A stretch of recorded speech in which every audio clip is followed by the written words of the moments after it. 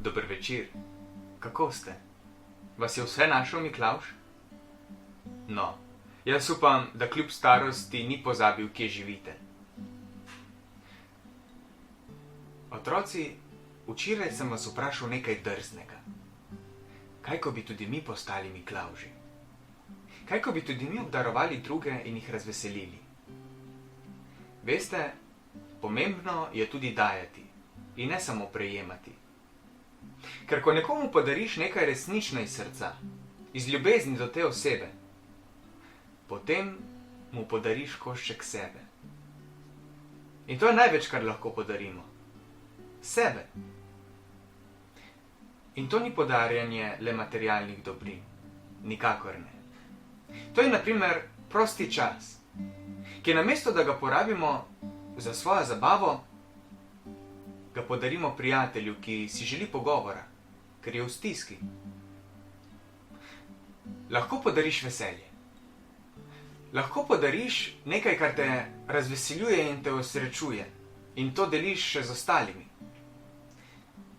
Torej, če si tako dober v igranju kitare, v petju, risanju, slikanju, plesanju, stresanju šal, deli in podarjaj to ostalim.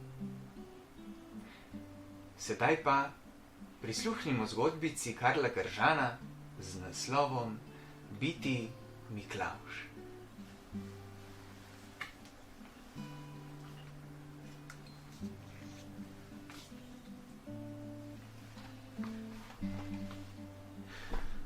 V 4. stoletju je živel v mestu Mira na področju današnje Turčije škof Miklavž.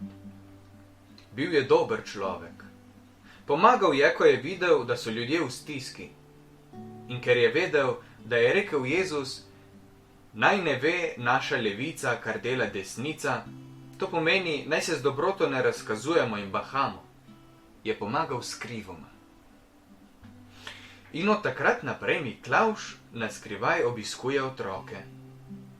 Jaz že vem, kako je s tem, se je v Patrovo pripoved vmešal Robi, Lukov sošolec.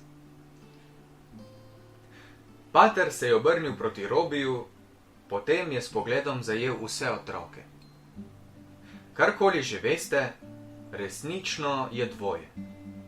Prvič, Miklavž je dejansko živel v tolikšni ljubezni do Boga in bližnjih, da je lahko zasvetil v večnost in še daj sveti k nam kot svetnik s poročilom o dobroti in obzirni pomoči.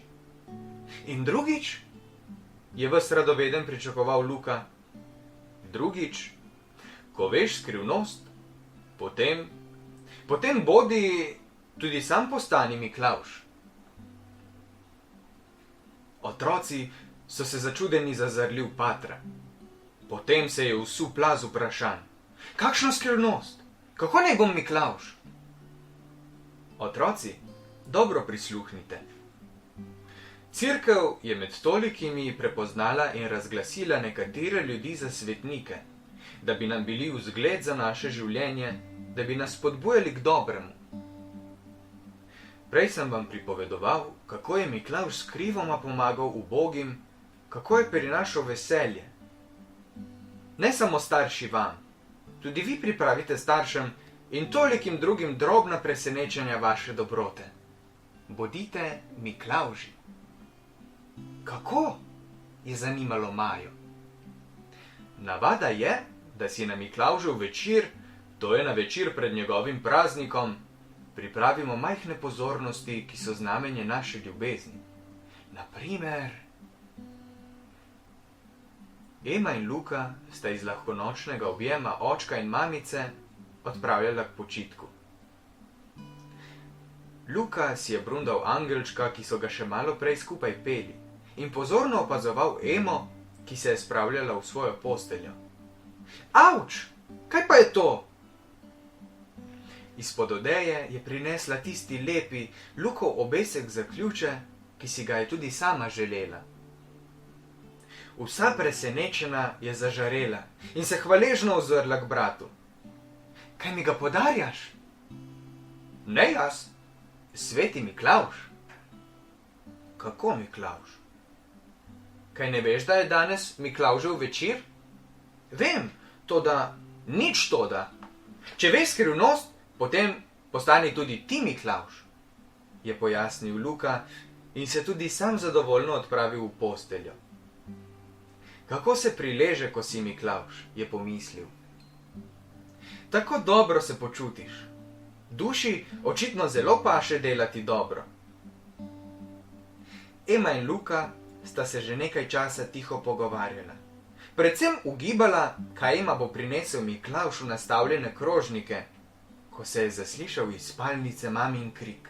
In čez čas očkov in potem še mamin smeh. Ema je planila iz postelje in stekla v spalnico.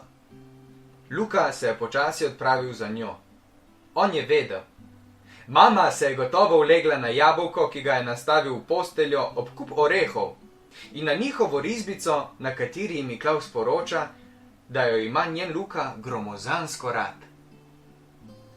Očka in mamica sta sedela na postelji, vsak s svojim jabolkom v roki. Na posteljnini pred sabo sta imela Lukovi risbici z Miklavževim podpisom, orehe in nekaj bolj ali manj zdrobljenih piškotov. Vsa nasmejana sta se obrnila k Luku in se zahvalila Miklavžu. Hvala ti, Sveti Miklavž, da si se spomnil tudi na naju.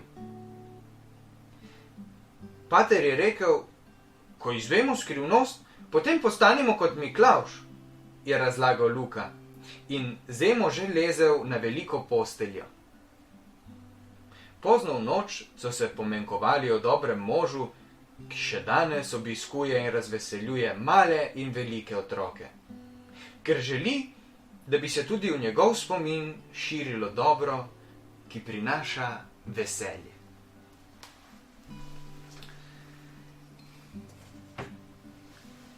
Vem, dragi moji, zgodbica se je nanašala na včerajšnji dan. A Miklavž smo lahko celo leto, v vsaki uri dneva. Celo leto lahko obdarujemo in podarjamo. Veste, tudi naš superjunak je znal podarjati.